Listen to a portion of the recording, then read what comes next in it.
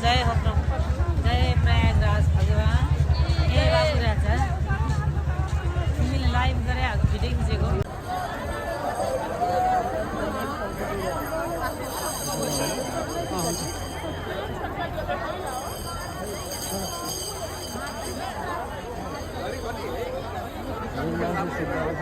हजुर यहीँ सुधार पूर्व यताबाट जाउँ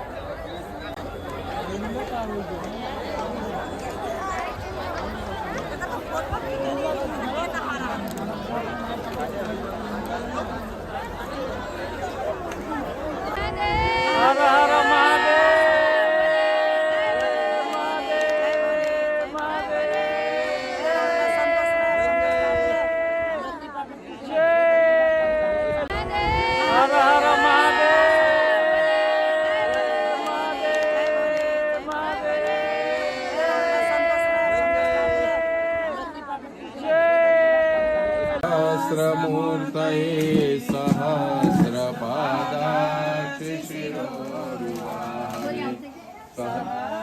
लाइन बनाउनु त आउनुहुन्न बाबु तिमी ल सहस्रकोटि युगधारिणे नमः नमः कमलनाभाय नमस्ते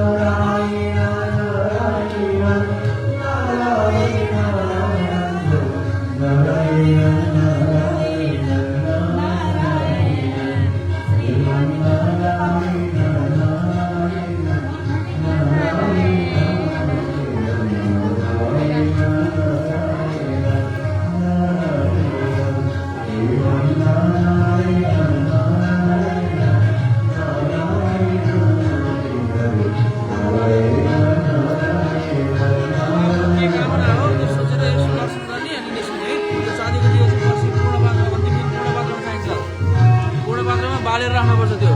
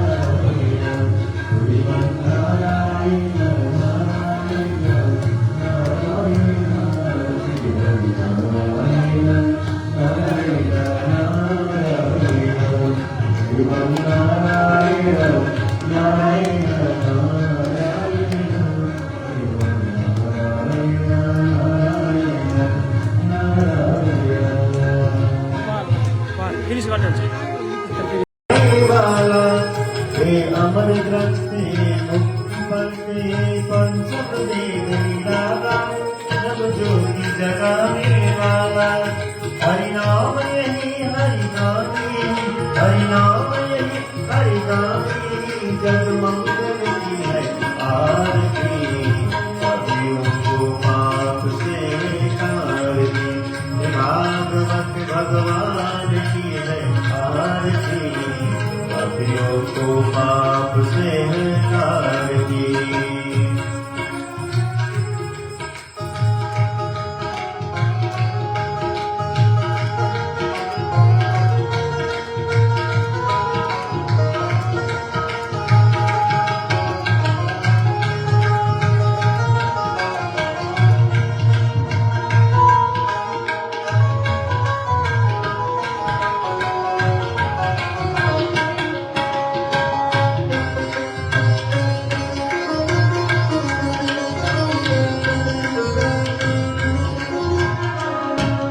ये शांत गीत पावन पापों को मिटाने वाला, हरि दर्श कराने वाला।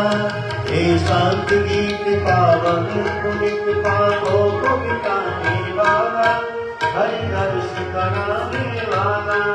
ये सुख करेगी ये दुख हरेगी, ये सुख करेगी ये दुख हरेगी, ये मधुसूदन की आरती।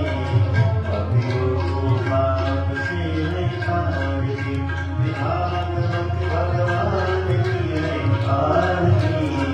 पापियों को पाप से है आरती।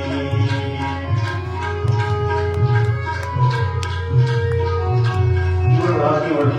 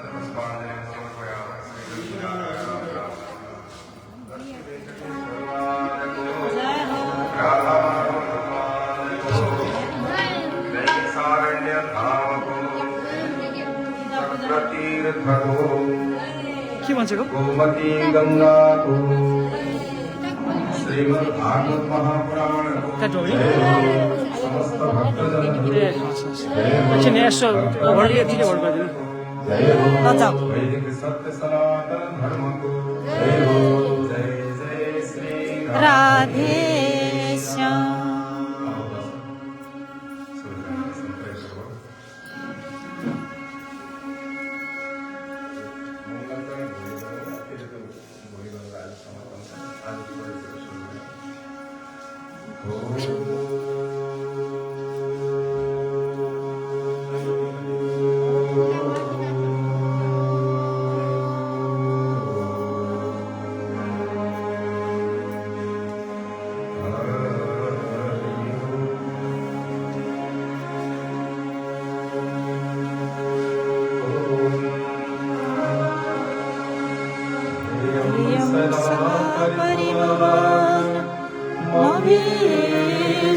दोहम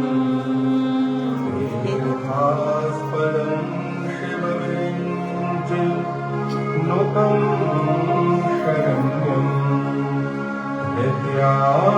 विद्यार्थिहं प्रणतपाल भवाब्धिपूतम् वन्दे महापुरुषते चरणारविन्दम् त्यक्त्वा सुदोस्तिरसुरेप सितराजलक्ष्मीम्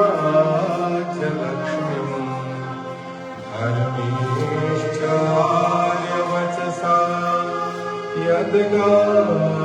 यद्गादरण्यम् मायामृगं दयितेप सितमन्धावत् वन्दे महापुरुषते चरणारविन्दम् निरञ्जनो निराकारो एको देवो महेश्वरा मृत्युमुखाद्गतं प्राणम्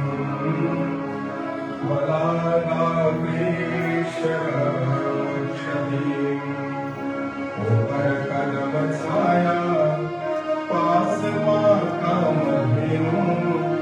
प्रणयसितलीको मातमादिव्यवेणुम् मधुरयुगलराधा कृष्णको मूर्तिभासा विषयविकलमेरो चैत्यमाहोस्प्रकाश विषयविकलमेरो चित्तमाहोस्प्रकाश लक्ष्मी वेंकटेश भगवान को हरि सुंदर नंद मुकुंद हरि नारायण हरि ओम हरि सुंदर नंद मुकुंद हरि नारायण हरि ओम हरि सुंदर हरि नारायण हरि ओम हरि केशव हरि गोविंद हरि नारायण हरि ओम हरि केशव हरि गोविंद हरि नारायण हरि ओम हरि सुंदर हरि सुंदर हरि सुंदर नंद मुकुंद हरि नारायण हरि ओम हरि सुंदर नंद मुकुंद हरि नारायण हरि ओम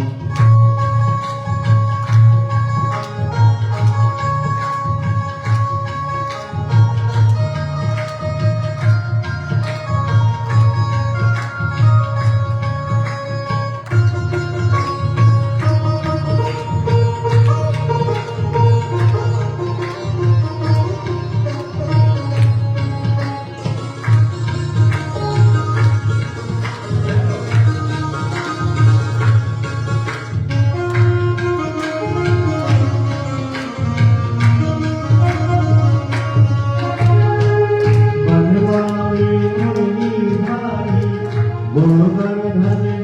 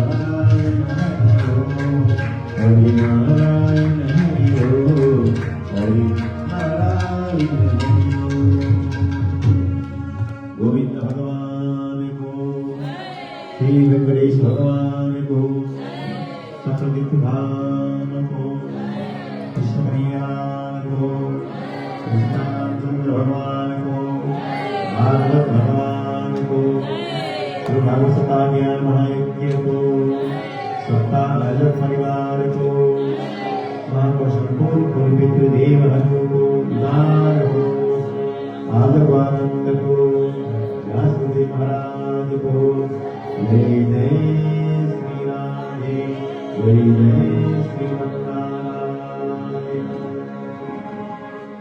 अखिल कोटि ब्रह्मांड नायक सच्चिदानंद परब्रह्म स्वरूप श्री लक्ष्मी वेंकटेश भगवानको श्री चरणमा साष्टांग दण्डवत गर्दै यहाँका पवित्र तीर्थस्थलहरू जो चक्रतीर्थ, गोमती गंगा, यो नैमिषारण्य जो धाम छ, यो हाम्रो परम सौभाग्य हो। शुक्र महाराज जी को आशीर्वाद, वेद व्यास महाराज जी को आशीर्वाद र लक्ष्मी वेंकटेश भगवान को आशीर्वाद नभइकन हामी यहाँ आउने हाम्रो त्यो समय मिल्दैन थियो। आज भगवान प्रसन्न हुनुहुन्छ। यो परम दिव्य धाम भगवानको श्री विग्रहको समीपमा बसेर हामीहरूले भगवानको दिव्य चर्चा गर्ने जो अवसर मिलेको छ, यो अत्यन्त सौभाग्यले मात्रै त्यो सम्भव हुन्छ। हामीहरूलाई पनि अत्यन्त खुसी लागेको छ। र त्यसै गरी धेरै वर्ष अगाडि, लगभग 30 वर्ष अगाडि साउनको सीमा एक दिन हाम्रो किशोर कुमार गौतम गुरुजीले सम्झेर म साउकोशी गएको थिएँ। त्यो कुनै एउटा कार्यक्रमको गरुडेश्वर महादेवमा कार्यक्रमको सिलसिलामा। अनि त्यहाँ जाँदाखेरि एकजना शान्त स्वभावकी गाउँ गोरु गराउनु भएकी अनि माताबु पनि त्यही हुनुहुन्थ्यो। अनि यसो चर्चाको क्रममा त्यहाँ गरुडेश्वर महादेवमा चाहिँ एकजना गाउनु भन्दाखेरि उहाँमा अलिकति एक किसिमको थोरै भित्री रूपमा पीडा पनि थियो, तर बाहिर एकदम शान्त स्वभावले हुनुहुन्थ्यो। चर्चा गर्दै जाँदा आत्मीयता पनि भयो। साह्रै एउटा अलौकिक ईश्वरीय एउटा नाता त्यहाँदेखि आएको। खासमा लगभग 30 वर्षबाट माथि लागिसकेछ। एउटै किसिमको त्यो प्रेम सद्भाव, त्यो भगवानको त्यो दिव्यता हामीले प्राप्त गरिरहेका छौँ। र त्यस कारणले उहाँको त्यतिखेर एउटा इच्छा थियो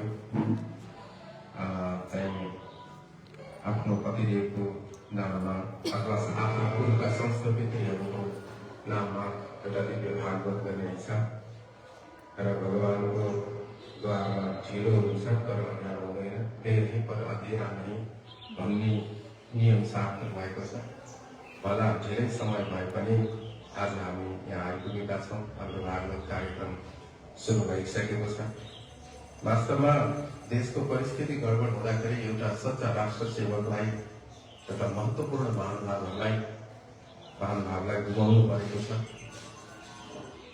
एक हिसाबले एउटा परिवारको कसैको पति, कसैको पिता गुमेको व्यक्तिगत हिसाबले भयो भने राष्ट्रको हिसाबले गर्दा एउटा सच्चा राष्ट्र सेवकलाई चाहिँ असमयमा चाहिँ व्यतिथिले गर्दा एउटा नियम निष्ठामा बसेर आफ्नो कामलाई भगवान जस्तो सम्झेर बसिरहनु भएको आदरणीय उहाँलाई त्यो चाहिँ असमयमा जानु परेको त्यो पीडा पनि छँदै थियो। तर के भने हामीहरूले यहाँ रहेर गरिदिने त्यो दिव्य दिव्य कार्यमध्ये सबै कार्य आदरणीय कृष्णजीले गरिसक्नुभएको छ। र यो एउटा यस्तो समय गयो, त्यस बेलामा विदेशमा रहनुभएका छोरी ज्वाइँ, छोरा, दुवै छोरा र सबैजना युवानीको पनि एउटा स्वभाव लगाए र आफन्त इष्टमित्रहरू सबैजना कोही पोखराबाट, कोही पाल्पातिरबाट आइपुग्नु भएको छ। र एउटा यो चाहिँ ईश्वरको नै इच्छा हो, ईश्वरको इच्छा भए मात्रै कार्य सम्भव हुन्छ। उहाँको एकदम गम्भीर खाले आकृति मैले घरमा सामाकोशीमा देखेको थिएँ, त्यो छवि याद आइरहेको छ। र हामी कामना गर्छौँ श्री लक्ष्मी वेङ्कटेश भगवान प्रति शिर मुहाएर आग्रह पनि गर्छौँ, एउटा निवेदन पनि गर्छौँ, भगवानसित निवेदन गर्न सकिन्छ कि उहाँलाई जुन धाम मिल्नुपर्ने हो त्यो मिलिसकेको छ। मिलेको छैन भने अब ब्राह्मणको वचनले चाहिँ सर्व परिपूर्ण अस्तु, सब परिपूर्ण होस् भन्ने चाहिँ हाम्रो अपेक्षा छ। र अब यता धेरै नगइकन हाम्रो यो कार्यक्रममा जस्तै धेरै दिनदेखिको सरसल्लाह हुँदै आएको र चाहिँ यहाँ उपन्यास बटुक जो आवाल ब्रह्मचारी हुनुहुन्छ र उहाँहरू गुरुकुलबाट अध्ययन गरेर व्याकरण विषयमा आचार्य गरेर नेपाल संस्कृत विश्वविद्यालयमा राम्रो नम्बर प्राप्त गर्नुभएको विद्वान युवकहरू, त्यसै गरी भोजन क्षेत्रमा ख्याति पाउनुभएका रावस राईजी, हाम्रो आदरणीय विदुषी श्री शान्ति सुवेदीज्यू लगायत त्यसै गरी हाम्रो पार्वती माताजी, लक्ष्मी माताजी सबैको एउटा राम्रो सत्र माने समागम भएको छ। उहाँहरूको पनि अत्यन्त सद्भावले संयोग मिल्यो, पुङ्ग नहुने र भागवतमा पनि समावेश हुने भनेर त्यो एउटा विशेष सद्भावका साथ माता पार्वतीजी, लक्ष्मी माता पनि समागम भयो। र कृष्णजीज्यू र माता पार्वतीजी, लक्ष्मीजीसँगको सामिप्यताको विषयमा मैले बुझेको छु। त्यस कारण यो मिठो आत्मीयताको वर्णन गरेर साथै छैन। र क्रमिक रूपमा हामी केही हाम्रा चर्चा पनि त्यो भगवानको कथासँग जोडिन्छ भने जोड्दै जाउँ। यदि भगवानको कथासित जोडिँदैन भने त्यति राम्रा कुरा पनि हामीलाई आवश्यक छैन। र हाम्रो जो चाहिँ दिव्य पितृस्वरूप हुनु भइसकेको उहाँलाई दिव्य वैकुण्ठ भगवानको दिव्य सामिप्यता मिलोस् भन्ने कामना गर्दछौँ।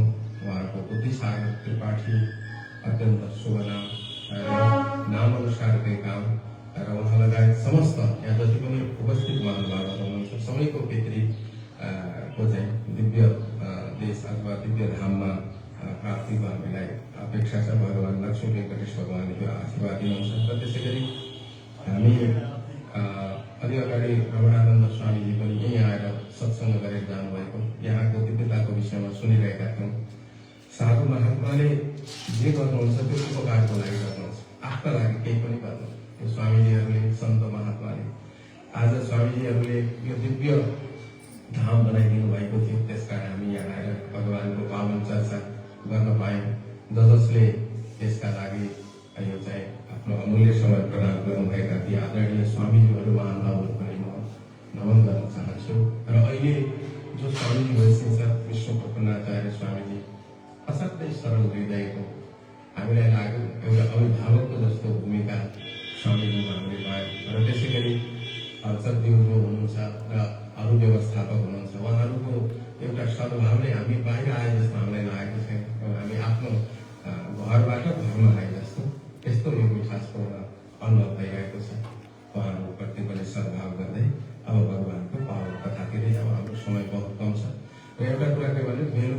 विश्व हुनुभएको हुनाले बेलुका यसो भगवानको यसो अर्चना थोरै अर्चना र थोरै भजन कीर्तन गर्नु धेरै बेर नबस्ने। त्यस कारणले चिसो पनि लाग्न सक्छ। बरु यो महात्म्य हामी दिउँसै सुनाउने, आजै सुनाइदिने र चाहिँ बेलुका चाहिँ आरती पुष्पाञ्जली गरेर एकछिन भजन गर्दा कसो हुन्छ कर्ताजीको त्यो गर्दा उत्तम हुन्छ। मेरो बेलुका चिसोमा किन धेरै बस्ने र हामी भारतमा पनि आएका छौँ। जुन देशमा गइन्छ त्यो देशको नियम अलिअलि केही मान्दाखेरि राम्रो हुन्छ।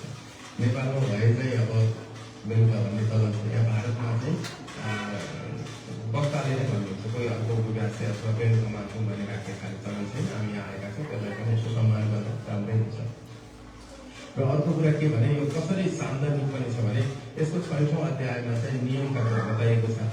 तर हामीले एक दिनमा एक अध्याय भन्दा, एक दिन बेलुका एक अध्याय, अर्को दिन बेलुका एक अध्याय भन्दा जागरणको दिनमा चाहिँ गएर नियमको कुरा थाहा भयो। यति ढिलो किन भनेर बिचरा गुरुहरूले अर्को लिएर कहिले 6औं अध्याय भन्ने चलन पनि अहिले काठमाडौँतिर आएको नेपालतिर छ। किनभने अब त्यो नियमको कुरा अन्तिममा आउँछ। तर भागवत कसरी महात्मा कसरी राखिएको थियो भने सरलाई गुरुले बताउँदै गएर नियमका कुरा पनि बताएर अनि मङ्गलाचरण गरेर भागवत कथा सुरु गर्ने। यो हिसाबले भागवतको पुस्तक बनेको छ अथवा वेदव्यास महाराजले त्यो तयारी गर्नुभएको छ। हाम्रो नेपालमा चाहिँ एक अध्याय बेलुका बेलुका सुन्ने भनेको हुनाले 6औं अध्याय चाहिँ यो किन पछाडि राख्नु भयो होला, नजानेर हो कि नबुझेर हो कि भन्ने जस्तो शङ्का हुन सक्छ, त्यो होइन। अब परात्पर परब्रह्म सच्चिदानन्द स्वरूप गोविन्दको हामी नित्य चर्चा गर्दैछौँ। हरेक कामको लागि हामी मङ्गलाचरण गर्ने हाम्रो चलन छ। हाम्रा ऋषिमुनिहरूले हामीलाई त्यही सिकाउनु भएको छ। मङ्गलाचरणबाटै हाम्रो चाहिँ शुभ कार्यहरू सुरुवात हुन्छन्। श्रीमद् भागवत महापुराणको महात्म्यमा पनि मङ्गलाचरण गरिएको छ। सच्चिदानन्द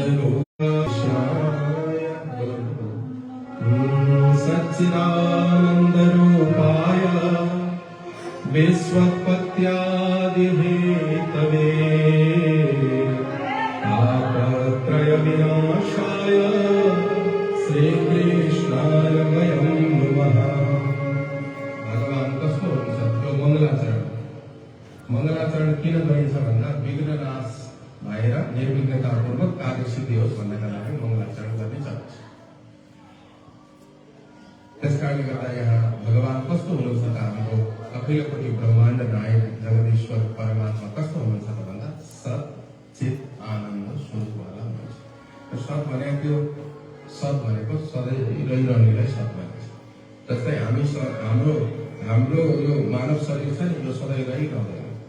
यसको 6वटा धर्म छ। गर्भमा आयो, अनि जन्मियो, बढ्यो, बालक थियो युवा भयो, युवा थियो प्रौढ भयो, प्रौढ थियो वृद्ध भयो, वृद्ध थियो जय सियाराम। कोही त पहिल्यै जय सियाराम हुन्छ, कोही उमेर अनुसार आफ्नो क्रमले सिद्धिन्छ। तर भगवानमा त्यो चिज छैन, गोविन्दमा त्यो चिज छैन। गोविन्द रहिरहनुहुन्छ, त्यसकारण सत्स्वरूप सद्भान हुनुहुन्छ भगवान। अनि चित भनेको के हो? चित भनेको प्रकाश हो। चित भनेको प्रकाश, ज्ञान स्वरूप। चित धन भनेर भगवानलाई भनिन्छ। भगवान चित स्वरूप हुनुहुन्छ, ज्ञान स्वरूप हुनुहुन्छ। र त्यसै गरी भगवान आनन्द स्वरूप हुनुहुन्छ। आनन्द भनेको सुख। हामीलाई हरेक चिजमा सुख चाहिन्छ। घर किन बनाएको? सुखको लागि। विवाह किन गरेको? सुखको लागि। छोराछोरी किन जन्माएको? सुखका लागि। सम्पत्ति किन जोडेको? सुखका लागि। अनि भयो त सुख भनेको त्यो आइसकेको छैन, आउँछ कि अलि गेट बाहिर छ कता छ, अनि उमेर कति भयो? उमेरको सिद्धि छैन, अनि सुख आएको छैन भने त्यो आइपुगेको छैन। त्यसको लागि प्रयास गर्दैछ। अब सम्पत्ति जोडेर आउँछ कि, अनि त्यसै गरी धेरै सन्तान जन्माएर आउँछ कि, जग्गा धेरै जोडेर आउँछ कि, कुर्दै छौँ त्यसलाई आइपुगेको छैन भन्दा भन्दै जय सियाराम संसार छोडेर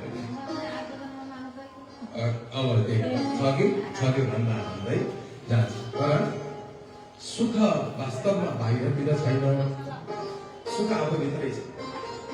त्यो पदार्थ ग्रहण गर्दाखेरि हामीलाई त्यो पदार्थ ग्रहण गर्दा एकैछिन चाहिँ त्यो ईश्वरको सानो एउटा झलको झिलको आइपुगेको हुनाले सुख गर्नु। जस्तै मन परेका चिजहरू, कसैलाई करेला मनपर्छ, अरूले तितो भन्छन्, तर कसैलाई तितो पनि मन पर्छ।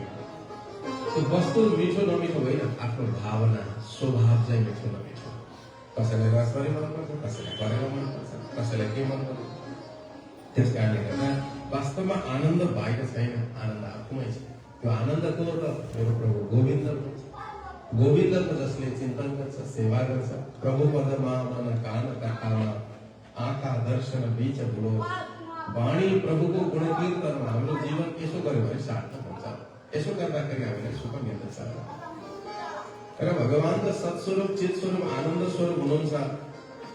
त्यसो भए देखिँदैन नदेखिनेको किन भजन गर्ने त भनेर कसैले भन्दा होइन। देखिने चिजको कारण पनि भगवान नै हुनुहुन्छ। विश्व उत्पत्ति हेतवे, विश्वको उत्पत्ति अनि स्थिति र संहार, यो तीनको कारण पनि हेतु भनेको कारण नै ईश्वर हुनुहुन्छ, भगवान हुनुहुन्छ। र भगवानको चिन्तन गर्दा भजन सेवा गर्दा के प्राप्त हुन्छ त हामीलाई भन्दाखेरि ताप प्रगत विनाशाय, 3 किसिमकै ताप हाम्रो समाप्त हुन्छ। त्यो 3 किसिमको ताप भनेको के हो? आदि दैविक, आदि भौतिक र आध्यात्मिक। आदि दैविक भनेको देवताहरूबाट हुने, ग्रहहरूबाट हुने सुख दुःखको अनुभव जो छ त्यो आदि दैविक भयो, दुःखको अनुभव। अनि आदि भौतिक भनेको पृथ्वीमा भएका चिजहरूले दुःख दिए, होइन, गाडीले हानिदिए, गैँडाले लकटो अथवा के भयो, यहाँ पृथ्वीमा भएका चिजले हुने हानि आदि भौतिक। अब मनमा चाहिने नचाहिने कुरो आएर हुने दुःखलाई आध्यात्मिक दुःख भनिन्छ। धेरै जसो अहिले चाहिँ मनकै रोगले चाहिँ सबैलाई जय सियाराम पारेको छ। यो भित्र क्या मन देखिन्छ भनेर देखिँदैन, दुःख चाहिन्छ छैन त्यसले जति दुःख कसले ल्याएको छ। त्यस कारणले गर्दा यो देख्दै नदेखेको जो चाहिँ आध्यात्मिक दुःख छ, त्यो 3नै दुःख चाहिँ गोविन्दको चिन्तनले, भगवानको सेवाले समाप्त हुन्छ। त्यसकारण सृष्टिको सुरु भएदेखि अहिलेसम्म पनि भगवानको शरणमा गएर सुखी भएका धेरै भक्त महानुभावहरू हुनुहुन्छ। भक्तमाल भन्ने एउटा दिव्य ग्रन्थ छ, त्यहाँ परम भागवतका दिव्य चरित्र, भगवानका भक्तका दिव्य चरित्र बताइएको छ। उहाँहरू कसरी खुसी हुनुहुन्थ्यो। त्यस्ता परब्रह्म परमात्मा भगवान श्री कृष्णलाई हामी सबै मिलेर नमस्कार गर्दछौँ, साष्टाङ्ग दण्ड प्रणाम गर्दछौँ। लक्ष्मी वेंकटेश भगवानको। अब आफ्नो गुरुलाई बिर्सिनु हुँदैन, आफ्नो आचार्य परम्परालाई बिर्सिनु हुँदैन। गुरु सकेसम्म कुनै विशेष परिस्थिति नपरिकन गुरु बदल्नु हुँदैन भन्ने छ। यहाँ गुरुको पनि सम्मान छ। गुरु कबीर व्यासजीलाई गुरु र गोविन्दमा तपाईँ कसलाई ठुलो मान्नुहुन्छ रमेश्वर? ठुलो त गोविन्द नै हुनुहुन्छ, तर पहिला नमस्कार त म गुरुलाई नै गर्छु। किन गर्छु भन्दा गोविन्दको महिमा त गुरुले भन्नुहुन्छ। गुरु गोविन्द दो खडे किसको लागु पाव। गुरु र गोविन्द दुईजना सँगसँगै हुनुहुन्छ। कसको पाउमा मैले पहिला ढोगौँ? बलिहारी गुरु आपने गोविन्द दियो बताए। गोविन्दको महिमा कसले बताउनु भयो भन्दा त गुरुले बताउनु भयो। त्यसकारण गुरुको पनि स्तुति गर्नुहुन्छ। यम प्रव्रजन्तमनुपेतमपेत कृत्यम् द्वैपायनो विरहकातर आजुहाव। पुत्रेति तन्मयतया तर्वोऽभिनेदुस् तं सर्वभूत हृदयं मुनिमानतोऽस्मि। मेरा परम वन्दनीय गुरु सुखदेव महाराज जी हुनुहुन्छ। भगवान सुखदेवलाई म साष्टाङ्ग दण्डवत गर्दछु। मेरो गुरु कस्तो हुनुहुन्छ? आफ्नो गुरुको प्रशंसा गरेर गद्गद हुनुहुन्छ। जन्मिने बित्तिकै जङ्गलतिर लाग्नु। आज धेरै व्याख्याको समय छैन, भोलि गरौँला, अहिले सङ्गीत मात्रै। जन्मिने बित्तिकै जङ्गलतिर लाग्नुभएका यस्ता मेरा परम वन्दनीय गुरुदेव जो आवाल ब्रह्मचारी हुनुहुन्छ र जसले साक्षात भगवानकै स्वरूप प्राप्त गर्नुभएको भगवानको आशीर्वादले र परीक्षितलाई ज्ञान दिएर मुक्ति दिन सक्ने त्यस्ता गोविन्द स्वरूप हुनुभएका मेरा सुखदेव महाराजजीलाई म साष्टाङ्ग दण्डवत गर्दछु। आनतोस्मि। अहिले नमस्कार गर्ने चलन यस्तो बिग्रिएको छ। बरु हामी अहिले जहाँ छौँ श्री वैष्णव परम्परामा कस्तो राम्रो छ। गुरुको दर्शन गर्दाखेरि अथवा भगवानको दर्शन गर्दाखेरि बाबाहरूले अष्टाङ्ग दण्डवत गर्ने, गरेको प्रसाद गरेको हुरसा शिरसा दृष्टिया मनसा, यो 1 नम्बरको दण्डवत अहिलेसम्म चलिरहेको छ। अब अन्यत्र के छ भने गुरुको पाउ छुन डर लाग्ने भएको, घुँडातिर गुरु नमस्कार भने यता घुँडातिर छ। अब यो कहीँ विधानै छैन। कि म वैदिक सनातन धर्म मान्दिनँ भन्नु पर्यो? होइन भने त कि त अलि परैबाट झुकेर नमन गर्ने, होइन? श्रद्धा छ भने त पाउमै नमन गर्नु। माता पिता गुरु यी चाहिँ वन्दनीय हुन्छ। चरित्र उच्च कोटिका भएका यी माता पिता गुरुहरूलाई पाउमै दण्डवत गर्नुपर्दछ। त्यस्तो सम्भव भएन, डर लाग्यो भने बरु परै गरेर शिर झुकाएको छ र चाहिँ माताजीहरूको लागि र पिताजीहरूको लागि आफ्नो देशका छोटा छोटा नियम छन्, त्यही नियमको पालना गर्नु पर्यो, तर नमन त गर्नुपर्छ। र पुरुषहरूले पाउमै दण्डवत गरेको उत्तम हुन्छ। साष्टाङ्ग दण्डवत भन्छ त्यसलाई, भगवानको पनि र गुरुको पनि। उहाँ भन्नुहुन्छ म आनतोषी, म त साष्टाङ्ग दण्डवत गर्छु मेरो गुरुलाई, तिमीहरू गरे नगर, तिमीहरू घुँडेवाला परे घुँडामा गएर दण्डवत गर्ने के भन्ने त्यस्तो जानु नि दण्डवत त्यस्तो त छैन, साष्टाङ्ग दण्डवत छ। त्यस कारणले गर्दा म मेरो परम वन्दनीय परम पूजनीय श्रोत्रिय ब्रह्मनिष्ठ मेरा गुरुलाई म साष्टाङ्ग दण्डवत गर्छु। अब यहीको कथा आयो।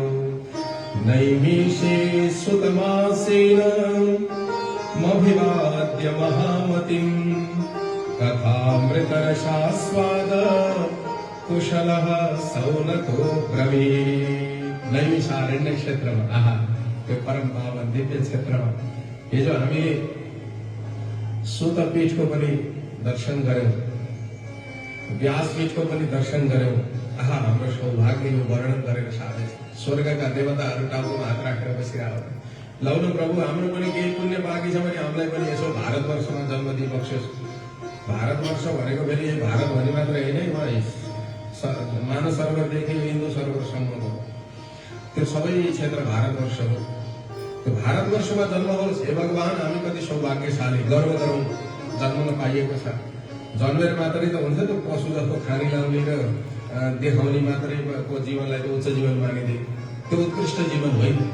त्यसकारण भगवानको भजन सेवा गर्दै गर्दै बितेको जीवन उच्च कोटिको जीवन, त्यस्तो जीवन पाउँ भनेर देवताहरू टाउकोमा हात राखेर हेर ती कति भाग्यमानी भनेर प्रशंसा गरिरहेका छन्। अहो अमिसाम किमकारी शोधन, के राम्रो काम गरे, पुण्य गरे र यिनीहरूले यस्तो दिव्य स्थान प्राप्त गरेका छन्। धन्य धन्य भारतवर्षका ती नरनारीहरू जसले भगवानको पावन कथा आफ्नो कानले श्रवण गरिरहेका छन्।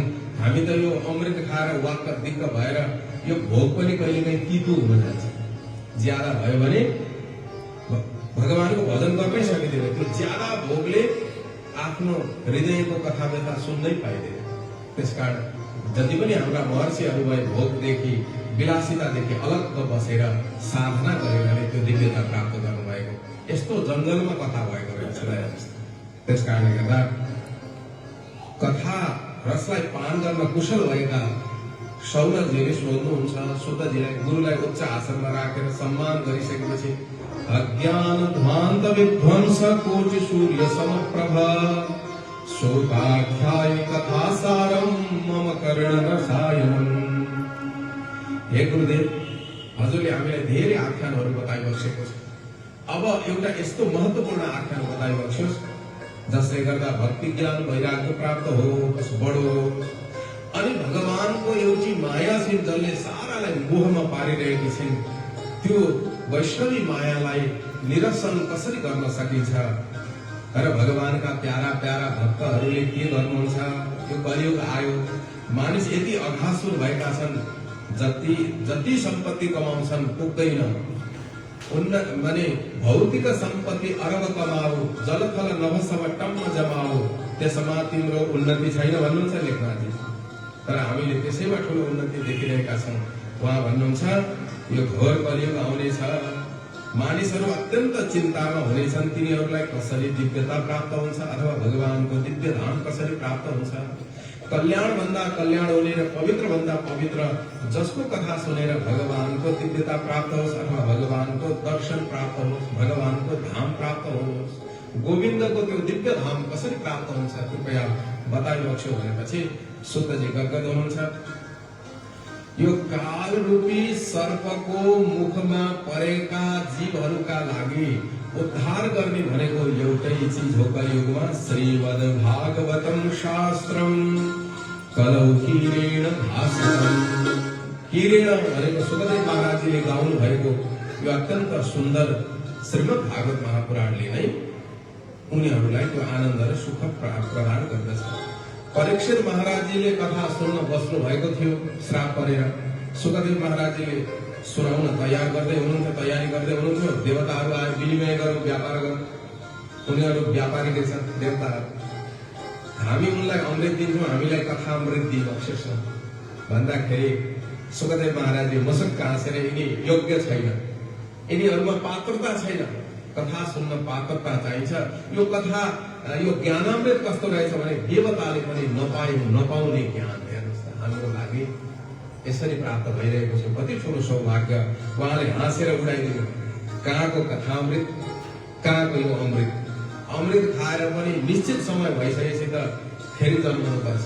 कथामृत पान गर्यो भनेदेखि कहिले पनि यद्गत्वा न निवर्तन्ते तत्धाम परमं मम। कथामृत जसले प्रेमसित पान गर्दछ भने फर्केर आउनु पर्दैन। त्यसकारणले यो अधिकारी नै होइन भनेर देवताहरूलाई हाँसेर उडाइदिनु भयो, कथामृत दिनु भएन। यो कति महत्त्वपूर्ण कुरा। अभक्तांश्च विज्ञा, देवताहरू पनि अयोग्य ठहरिए। यो कस्तो महत्त्वपूर्ण चिज छ। नददौ स कथामृतम, तो कथा रूपी अमृत जो छ सुखदेव महाराजले दिनु भएन।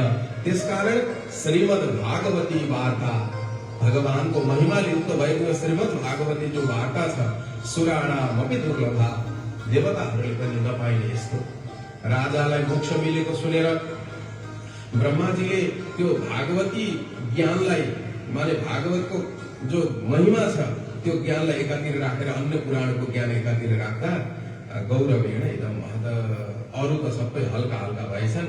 लघुन्यन्यानि जातानि, अरू त सबै हल्का भए, कपास जस्ता भए, तर गौरवेण इदं महत, यो त गरुङ्गो भयो। यस्तो दिव्य ज्ञानको भण्डार हो। त्यसकारण ब्रह्माजी पनि छक्क पर्नुभयो। जसले भागवत कथा सुन्दछ, श्रवण गर्दछ, मनन गर्दछ भने वैकुण्ठ फलदायक, उसलाई वैकुण्ठ प्राप्त हुन्छ। हुन त यो कथा सनक आदिहरूद्वारा नारदजीलाई पहिला बताउनु भएको हो, नारदजीले सुन्नु भएको हो र अन्यत्र ज्ञान परम्पराबाट पनि प्राप्त भएको हो। र नारदजी अत्यन्त चिन्तित भएको बेलामा सप्ताह रूपमै सुन्नुपर्छ भन्ने कुरा चाहिँ कुमारजीले नारदजीलाई सुनाउनु भएको। त्यसकारण सप्ताह नै भन्नु। भागवत भनेको त्यो त्रिदिवसीय भागवत के भन्छन् त्यो खासै आधिकारिक होइन।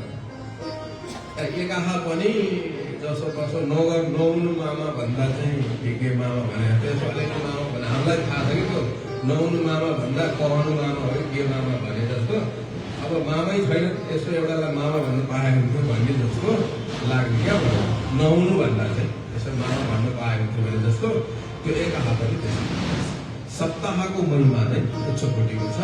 अचेल गुरुहरूले चाहिँ कथाकारलाई बोलाउनु भन्दा आफैले टेन्डरमेन्ट गरौँ भनेर यो 3 त्रिदिवसीय, चतुर्दिवसीय, एकाहा आदि। एकाहाको त्यस्तो निन्दा त हामीले गर्न मिल्दैन। तर के भनेदेखि आधिकारिकता के हो त भन्दा त्यो सप्ताह नै, बरु 7 दिन थोरै बस्ने के नै हुँदैन। नभए कोठामै गरेको भयो। भगवानको चर्चा वार्ता त झन् एकान्तमा सुनेको। धेरैलाई बोलाउँदा त नमस्कार भन्छ, ओ परिवार हजुर म फलानु नि, हजुरले मलाई चिन्नुभयो भन्छ। एक झोला फलफुल ल्याएछ, कत्रो गर्दमा गर्छ भने यत्रो मायाको सामुलाई पनि खाइदिन्छ।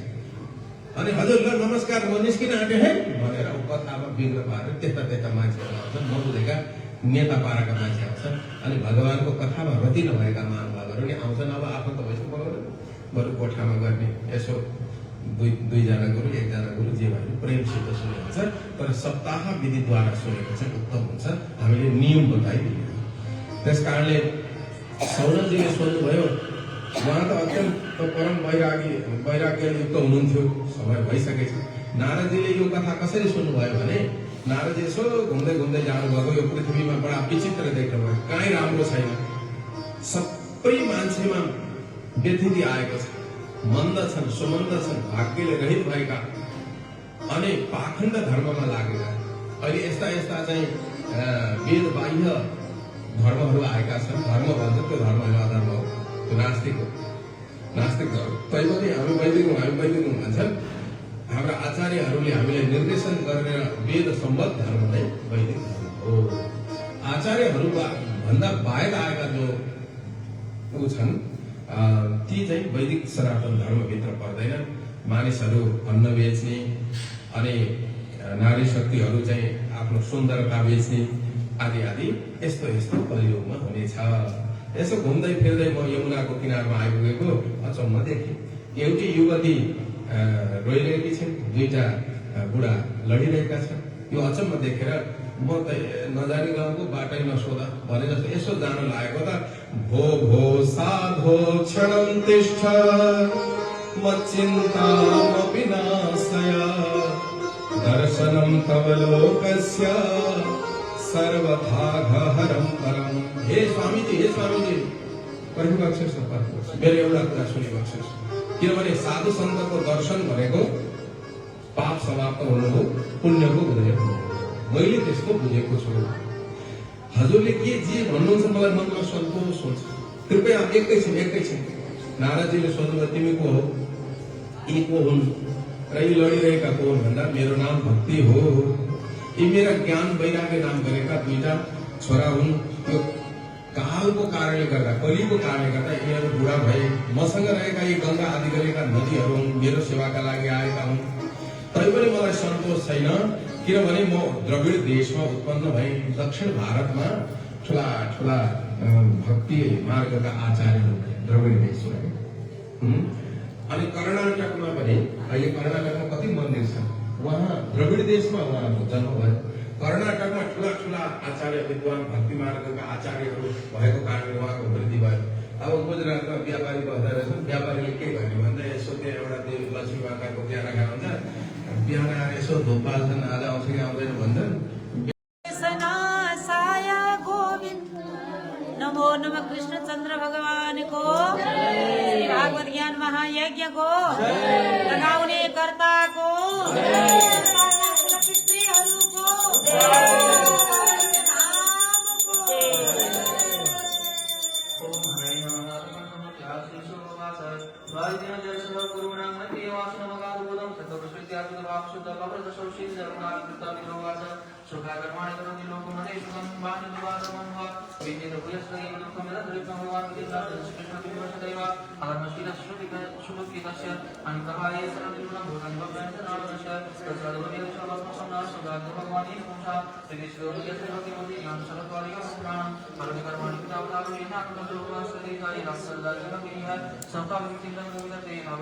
त्यो प्लास्टिक टल्कियो क्या सबै, प्लास्टिक राखेर त्यही आएर देखेन बाहिर।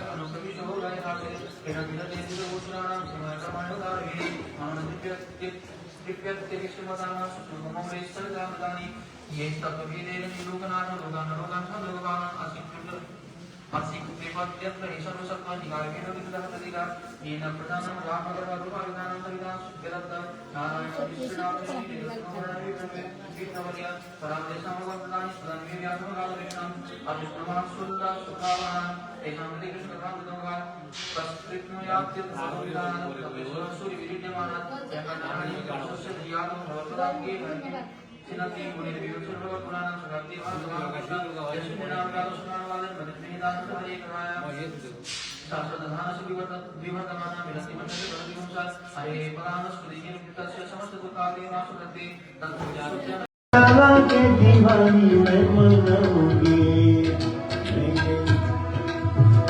मेरे जिंदगी के सारे दुख मिट जाएंगे, राम आएंगे। मेरे जिंदगी के सारे दुख कट जाएंगे, राम आएंगे।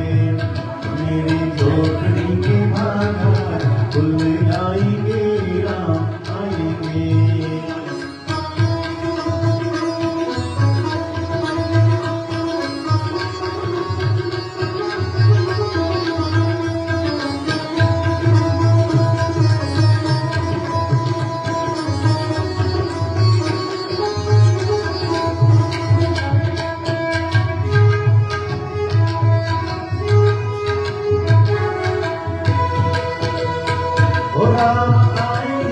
पल न झुलाऊंगी, आएंगे तो पल न झुलाऊंगी। मैं तो मीठी मीठी भजन सुनाऊंगी, मैं तो मीठी मीठी भजन सुनाऊंगी। मेरी जिंदगी के सारे दुख मिट जाएंगे, राम आएंगे। मेरी जिंदगी के सारे पाप कट जाएंगे, राम आएंगे। मेरी झोपड़ी के बाहर जाग जाएंगे राम आएंगे।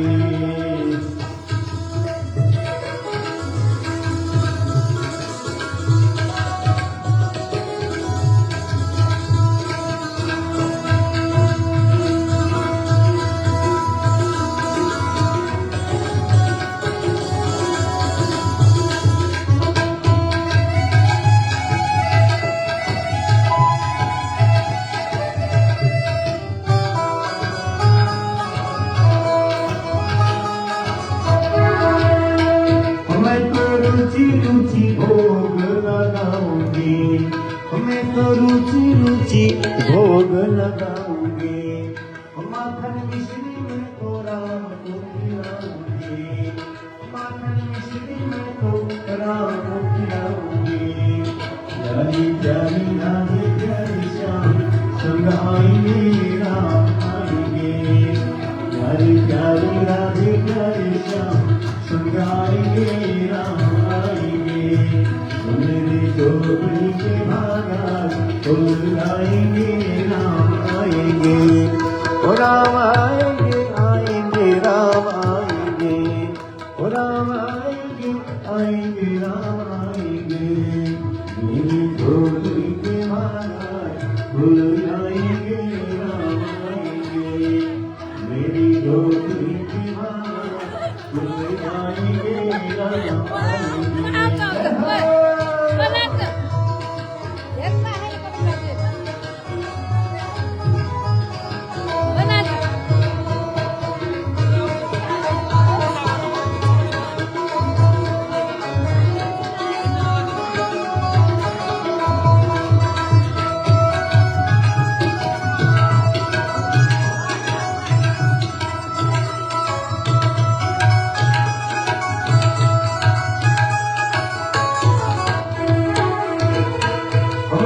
नाच नाच के राम को रिझाऊंगी, मैं तो नाच नाच राम को रिझाऊंगी। मैं तो मीठी मीठी भोग लगाऊंगी, मैं तो मीठी मीठी भोग लगाऊंगी। मेरी जिंदगी के सारे पाप मिट जाएंगे राम आएंगे।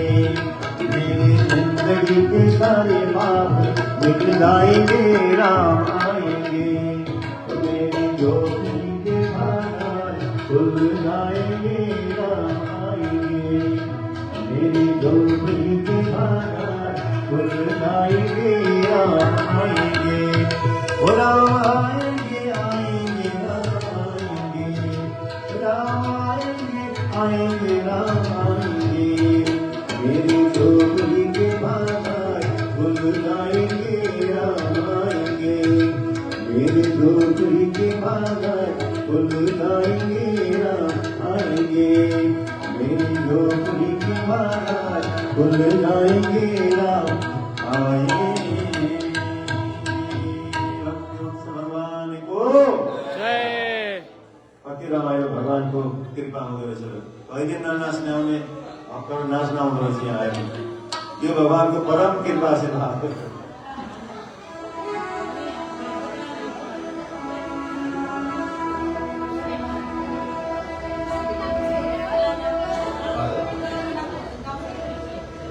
भक्त भगवान को, राधा कृष्ण भगवान को,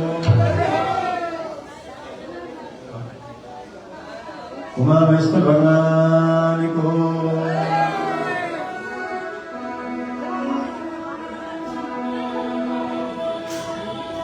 दर्शन देऊ न भोले बम डमरू बजो डम डम। दर्शन देऊ न भोले बम डमरू बजो डम डम।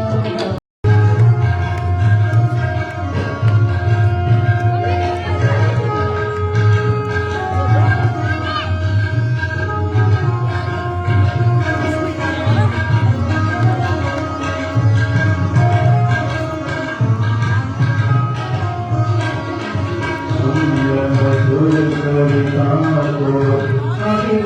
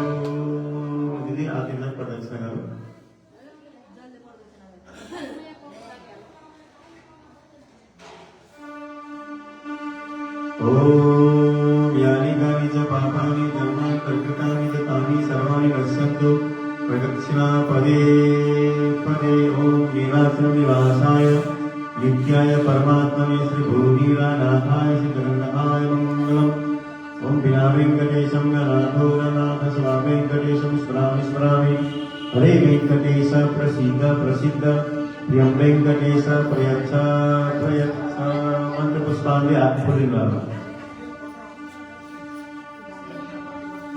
आप पुष्पांजलि कराइए।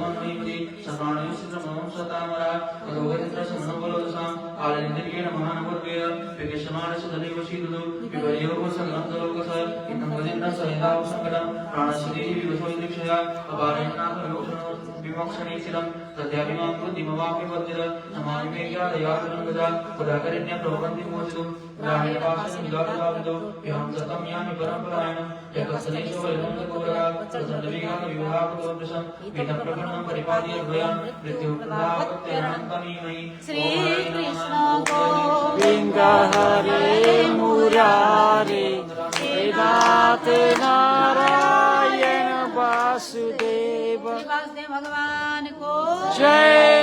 भागवत लगाउने कर्ता को जय। सम्पूर्ण कुल पितृ पितृहरूको जय श्री राधे। आरती लु आरती लु आरती एक घन्टे बाँकी छ कि आरती आरती अब बत्ती ती छ मोबाइल ल्याएर दिन्छु आऊ उहाँ भगवती आमाले तयारी गर्दैछ हजुर श्याम हरे जय नारायण लक्ष्मी नारायण लक्ष्मी नारायण जय नारायण जय नारायण जय नारायण हरे राम राम राम हरे हरे हरे कृष्ण हरे कृष्ण हरे हरे हरे राम राम राम हरे हरे हरे कृष्ण कृष्ण कृष्ण हरे हरे कर्पूर गौरव करुणावतारं संसार सारं भुजगेन्द्रहारं सदा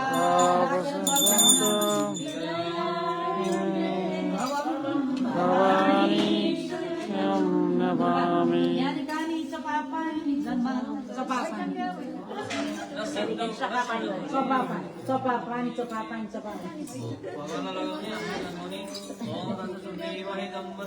वसेम शरदः शतं जीवेम शरदः शतगुं शृणुयाम यता हेरौँ न शतं मदीनाः श्याम सिक्न पाएकै छैन शता पुण्यहं पुण्यकर्माहं पुण्यात्मा पुण्य सम्भव त्राहिमा पुण्डरीकाक्ष सर्वै पापहरू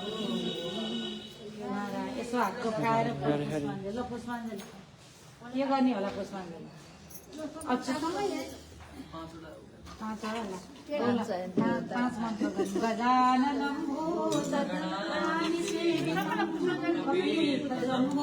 फलचारु भक्षणम् उमासुसंशोकविनाशकारकम् नमामि विघ्नेश्वरपादपङ्कजं देवी प्रपन्नारति हरे प्रसीद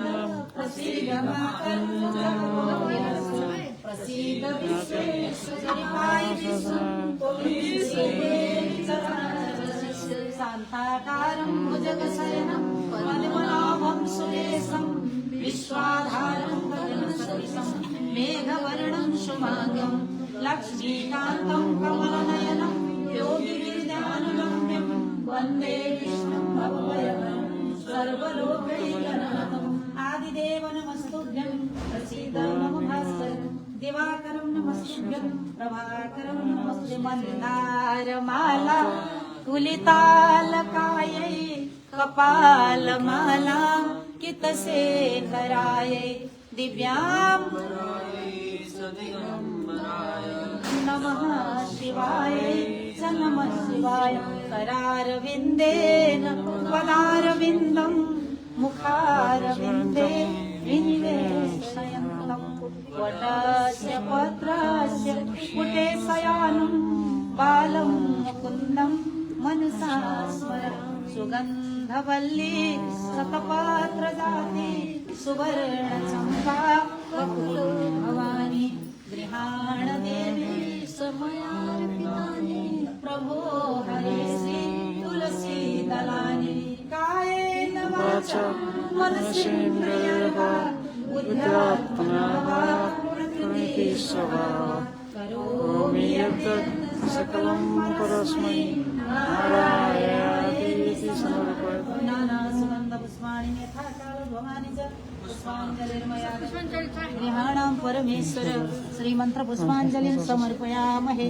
श्री लक्ष्मीनारायण भगवान को जय भगवान को जय भगवान को जय वेंकटरमण भगवान को जय भागवत ज्ञान महायज्ञ को जय जय जय जय जय जय जय जय भन्दा पनि भागवत शब्द भगवानमा पुर्याइदिने भन्दा पनि भागवत शब्द भनिन्छ। त्यस कारण भगवानको भक्तको गान भन्दा पनि भागवत शब्द भनिन्छ। त्यस कारण अवध विधा भागवतास तीर्थ भूता स्वयं विभवो। हजुरहरू काहीँ तीर्थ गर्न जानु पर्दैन, हजुरहरू स्वयं तीर्थ स्वरूप हुनुहुन्छ। तर जहाँ जानुहुन्छ त्यो ठाउँलाई तीर्थ बनाइदिनुहुन्छ। किन? हजुरले हृदयमा लक्ष्मीनारायण भगवानलाई स्थान दिनुभएको छ, राख्नु भएको छ, धारण गर्नुभएको छ। त्यस कारण भनेर स्तुति गर्नुहुन्छ। राति गएर दिउँसो भयो भने त युधिष्ठिरले त्यस्तो कुरा गर्न दिनुहुन्न। राति गएर ए दाजैजी अरे शिव, हजुरको मोहको विषयमा म के बताउनु? एक दिन त यो शरीर छोडेर जानै पर्छ। तैपनि हजुरलाई कस्तो मोह भएको दाजु? भीमलाई मार्नका लागि हजुरले कति प्रयत्न गर्नुभयो। आज त्यही भीमले दिएको पिण्ड खाएर बस्नु भएको छ। भीमाप वर्जितम पिण्डम भनेर अलि निकृष्टै शब्द प्रयोग गरिदिनु, सम्झाउनु थियो नि। अलिअलि चोट नपाई मान्छे जाग्दैन। ध्रुवजीलाई माताजीको चोटिलो शब्दले उहाँ जाग्नु भयो। कहिलेकाहीँ नठोसी अगुल्टो किन आगो बल्थ्यो। अगुल्टो ठोसेपछि आगो बल्छ। त्यस्तै गरी यो मोह भन्ने बडा विचित्र छ दाजु। एक दिन मरेर जानुपर्छ, काल नजिकै आइसक्यो। तैपनि हजुरलाई यो मेरो म र मेरो भन्ने कति बसेको। भीमाप वर्जितम पिण्डम, भीमले दिएको पिण्ड खाएर किन बस्नुहुन्छ? जङ्गलमा जाउँ दाजु, यहाँ नबसौँ भनेपछि भाइ तिमीले मेरो आँखा खोलिदेऊ, धन्य धन्य, आज तिमीले मेरो आँखा खोलिदेऊ, तिम्रो जय होस् भनेर ल अब जाने म बस्दिनँ। भोलि भयो भने युधिष्ठिरले जान दिँदैन। उनले असाध्यै माया गर्छन्, कति पनि द्वेष गर्दैनन् म प्रति। आज अहिले जानुपर्छ भनेर निस्किन लाग्नु भएको थियो। यो त तालचा हो महाराजी, किन तालचा लगाएको? पहिला त तालचा लाउनु पर्दैन, कसैको सामान कसैले छुँदैन। 15-20 वर्ष अगाडि हजुरहरूले आफ्नो घर गाउँ सम्झिनु भयो भने पनि अलि बढी भनौँ कि 20-30 वर्ष अगाडि कसैको घर आँगनमा भएको सामान कसैले पनि राख्दैन। अहिले त ढोका नलाउने हो भने ती सामान एकैछिनमा जाइसिएर आउँछ। त त्यस कारणले गर्दा अब त तालचा लाउनु पर्ने बेला आएछ। यसो हेर्नुहुन्छ, शुभ पशुले देब्रे पारेर गइरहेका छन्, अशुभ पशुले दाहिने पारेर घुमिरहेका छन्। लाउन के हुन लाग्यो भनेर भीमजीको नजिकै बसेर, भाइ मैले त यस्तो देखिरहेको छु, मूर्तिमा शक्ति छैन, स्यालहरू कराइरहेका छन् आकाशतिर फर्केर, र आँखाबाट आँसु होइन रगत निस्किरहेको छ। त्यसै गरी गौमाता आदिलाई पीडा भएको जस्तो मैले महसुस गरिरहेको छु। केही राम्रो देख्दिनँ। अर्जुन गएका छन् भगवानलाई पुर्याउनका लागि, उनी पनि फर्केर आएका छैनन् भने यसो चर्चा गर्दै हुनुहुन्थ्यो। त्यही बेलामा अर्जुन रुँदै आउनुहुन्छ भगवानलाई विदा गरेर। अनि अलिकति भगवानका पत्नीहरू केही बाँकी हुनुहुन्थ्यो। ती बाँकी पत्नीहरूलाई लिएर आउनु भएको, तिनलाई पनि भिन्नले हरण गरेर लगे। अर्जुनको बाणमा त्यो शक्ति नै रहेन। उनै अर्जुन हुनुहुन्छ, उहाँले स्वर्गका इन्द्रलाई पनि जितेर आउनु भएको, महादेवलाई पनि प्रसन्न पार्नु भएको, किरातेश्वर महादेवसँग लडाइँ गरेर उहाँलाई पनि प्रसन्न पार्नु भएको। यस्ता अर्जुन आज ती बाँकी रहेका उहाँका धर्मपत्नीहरूलाई, भगवानका धर्मपत्नीहरूलाई जोगाउन सक्नु भएन। कारण के हो? यो कुरा चाहिँ शिव पुराणमा थोरै सङ्केत के गरिएको छ भने, एकजना ऋषि यति घाँटी जलमा डुबेर गङ्गाजीमा त्यसै तैरिरहनु भएको। स्वर्गबाट अप्सराहरू आए, उनीहरूले स्नान गरेपछि त्यो तेजिलो अनुहार देखेर ऋषिको प्रशंसा गरे। अनि ऋषिले ल तिमीहरूलाई भगवानको पत्नी धर्मपत्नी बन्ने आशीर्वाद दिन्छु म भनेर उहाँले आशीर्वाद दिनुभयो। जब उहाँ जलबाट निस्केर बाहिर आउँदाखेरि त उहाँ 8 ठाउँमा बाङ्गिएको हुनुहुँदो रहेछ। ती अप्सराहरूले ओहो कस्तो नराम्रो स्वरूप भनेर अष्टावक्रको निन्दा गरेको हुनाले तिमीहरू भगवानको धर्मपत्नी भए पनि तिमीहरूलाई अन्तिममा भिन्नले हरण गरेर लिएर जानेछ भनेर ऋषिको श्राप भएको हुनाले अब त्यहाँ अर्जुनको धनुले पनि काम गरेन। त्यस कारणले गर्दा झन् चिन्तित हुनुभयो, बडा रुँदै आउनु भएको। र युधिष्ठिर महाराजले भन्नुहुन्छ, बाबु तिमी किन यस्तो मलिन अनुहार गराएका छौ? तिमीले कसैलाई दिन्छु भनेर दिन सकेनौ तिमी, अथवा यो चिज पुर्याउँछु भनेर पुर्याउन सकेनौ तिमी, शरणमा आएकालाई शरण दिन सकेनौ कि के भयो? तिमी किन यसरी चिन्तित छौ भन्दाखेरि, हे दाजु जसको आश्रय पाएर हामीले महाभारत युद्धलाई बाछाले बनाएको खालको नाग्न जसरी समस्या पर्दैन त्यसै गरी सजिलैसितै जित्यौं। भक्तवत्सल भगवानको जय। अर्जुनजी सम्झनुहुन्छ कि एक दिन यस्तो आपद परेको थियो कि चाहिँ द्रौपदीजीले भोजन गरिसकेपछि त्यो भोजन पात्रमा केही भोजन नहुने दुर्योधनले चतुर्मास लगायो र दुर्वासाजीलाई भन्यो गुरुदेव मलाई चतुर्मासको हजुरले आशीर्वाद दिनुहोस्। ल भन म खुसी छु दुर्योधन तिमीदेखि के तिमीलाई चाहिँ आशीर्वाद भन भन्दाखेरि 12 बजेपछि पाण्डव कहाँ गएर पनि केही फलाहार लिइदिनु पर्यो भनेर हेर्नुहोस् त मनमा कुटिल भाव राखेर कप्टीपना राखेर उसले चाहिँ 12 बजेपछि किन द्रौपदी मातालाई भगवान सूर्यले एउटा पाक चाहिँ थालिदिनु भएको थियो। त्यो द्रौपदी माताजीले प्रसाद ग्रहण गरिसकेपछि त्यसमा केही नआउने त्योभन्दा पहिला चाहिँ जतिलाई नै खुवाउनु मिल्ने त्यस्तो पाक थाली थियो। अब 12 बजेपछि किन भन्दा 12 बजेभन्दा अगाडि नै प्रसाद लिइसक्ने स्थिति थियो। द्रौपदी माताले ग्रहण गरिसक्नु भएको। अब 10,000 शिष्य लिएर दुर्वासाजी जानुभयो। युधिष्ठिर सधैँ छौ ल मलाई प्रसादको व्यवस्था गराए म नुहाउन जान्छु भनेर भन्नुभयो। युधिष्ठिर महाराजी भोले भाले त्यस्तै बाबाहरू हुन्छ नि भोले भाले घरमा व्यवस्था मिलाउन नपार्ने तिमी गरौँ भनिदिएपछि पुग्री खाले। युधिष्ठिर महाराजी भोले भाले हुन्थ्यो हस् महाराजी हस् हजुर स्नान गरेर आइपुग्छोस् स्नान गरेर आइपुग्दा नआइपुग्दा यहाँ प्रसाद तयार हुन्छ भनेर भनिदिइहाल्नु। अब माता द्रौपदीलाई पीर पर्यो तर चाहिँ हजुरलाई गाह्रो भएको भए कुर्सी भन्नुहोस् है गाह्रो भएको भए कुर्सी भन्नुहोस् है। माता द्रौपदीलाई पीर पर्यो उहाँ हुनुभयो। श्रीकृष्ण द्वारिकावासी वासी यादवनन्द श्रोता 3 थरी वक्ता छन्। एउटा सुतजी वक्ता सौनकादि श्रोता अर्को नारदजी वक्ता वेदव्यासी श्रोता अर्को परीक्षित श्रोता सुखदेवजी वक्ता परीक्षित श्रोता। यो 3 थरी श्रोता 3 थरी वक्तामा को श्रेष्ठ भन्दाखेरि सुतजी महाराजीको त कथा गर्ने काम हो उहाँ गरिरहनुहुन्छ। सुन्ने ऋषिहरूको पनि यज्ञ गर्छन् बाँकीको फुर्सदको समयमा उनीहरूले टिकटक चलाउँदैन त्यतिखेर थिएन अनि त्यसै गरी फेसबुक पनि थिएन। अब उनीहरू कथा सुन्ने त्यसरी प्रेमसित भगवानको कथा सुनेर दिन बिताउनु भएको हुनाले उहाँहरू सामान्य श्रोता सामान्य वक्ता हो। त्योभन्दा अलि माथिको श्रोता वक्ता नारदजी र वेदव्यासी हुनुहुन्छ।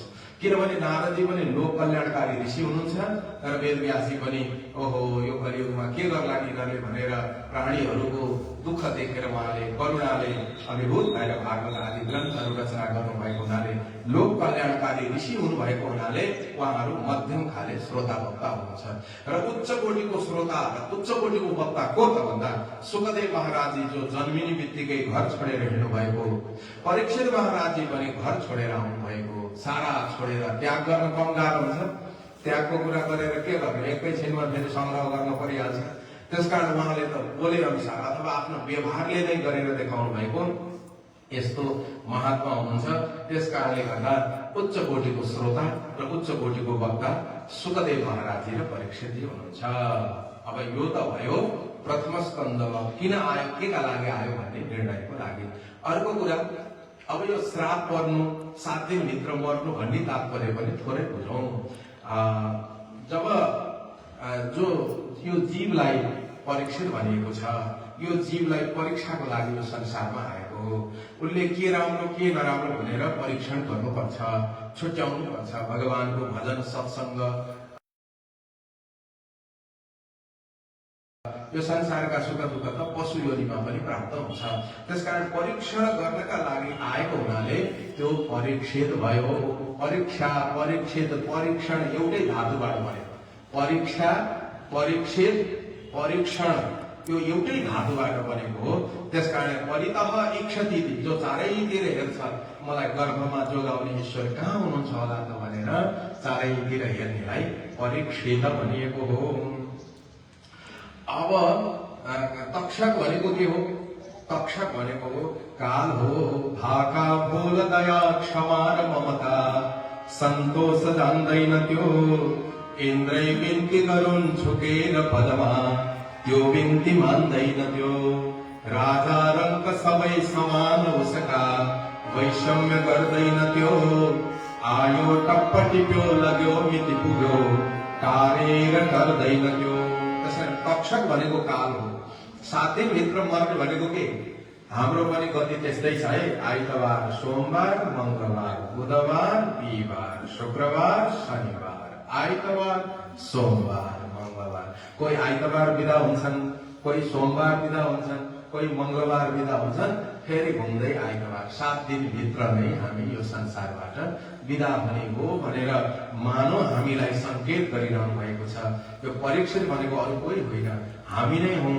परीक्षित भनेको जागरुक भक्त जो चाहिँ मेरो कल्याण कसरी होला भनेर निरन्तर सोचिरहने जीवात्मा नै परीक्षित हो। भक्तवत्सल भगवानको जय। यसरी प्रथम स्कन्द समाप्त हुन्छ। द्वितीय स्कन्दमा सुखदेव महाराजजी बल्ल बोल्नुहुन्छ। यहाँनिर आएर सुखदेव महाराजजी बोल्नुहुन्छ, जान्नुपर्ने बुझ्नुपर्ने कुरा त धेरै छन् राजन, तर मान्छेले समय कसरी बिताइरहेका छन्, सुतेर रात बिताउँदछन्। अब हाम्रो आफ्नै गन्थनका कुरा आएका आफ्नै निद्रया ह्रियते दन्तम, सुतेर रात बिताएको बिताएन। कति वर्ष सुत्यो? को माताजीलाई सोध्नुपर्छ। माताजी कति वर्ष सुत्यो होला त? थुप्रै वर्ष सुत्यो होइन, किनभने 75 वर्ष हुँदाखेरि 25 वर्ष चेतन नारायण बोल, नारायण नारायण नारायण बोल चेतन। हरि कृपा भए मात्रै भव तरिन्छ, हरि कृपा भए मात्रै भव तरिन्छ। नभए त संसारी भैतलै झरिन्छ, नभए त संसारी भैतलै झरिन्छ। त्यसैले त वेद भन्छन् नारायण बोल चेतन नारायण बोल। त्यसैले त वेद भन्छन् नारायण बोल। बद्ध हुनु मुक्त हुनु आफ्नै हातमा छ, बद्ध हुनु मुक्त हुनु आफ्नै हातमा छ। भक्ति गरे प्रभु कृपा सधैँ साथमा छ, भक्ति गरे प्रभु कृपा सधैँ साथमा छ। त्यसैले त शिव भन्छन् राम राम बोल चेतन राम राम बोल। त्यसैले त शिव भन्छन् राम राम बोल चेतन। श्रीमन्नारायण लक्ष्मी नारायण, श्रीमन्नारायण लक्ष्मी नारायण, श्री हरि नारायण नारायण नारायण, श्री हरि नारायण नारायण नारायण। राम नारायण श्याम नारायण, राम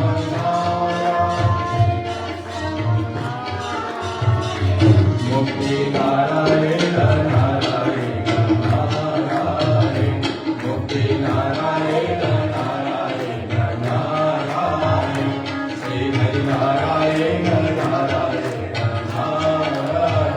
भगवत्सल भगवानको जय। अब अलिकति छोटो रूपमा भर्खर घर छोडेर आएको हुनाले भगवानको साकार रूप बताउनुहुन्छ। जब अन्तिम समय आयो भन्ने बुझेपछि घर छोड्नुपर्छ अथवा घरलाई नै वन जस्तो साधना गर्ने स्थली बनाउनु पर्दछ। ओमकारको उच्चारण गर्नुपर्छ। खट्वाङ्ग राजाले जम्मा 2 घडी पाएका थिए, त उनलाई मुक्ति मिल्यो भने तिमीलाई त 7 दिन छ राजा, चिन्ता नमान। जब अन्तिम समय आयो भने तिमीले बुझ्यौ भने घर छोडेर गएर अनि भगवानको प्रेमपूर्वक आराधना गर्नुपर्दछ। र यो सबै स्वरूप भगवानकै हो।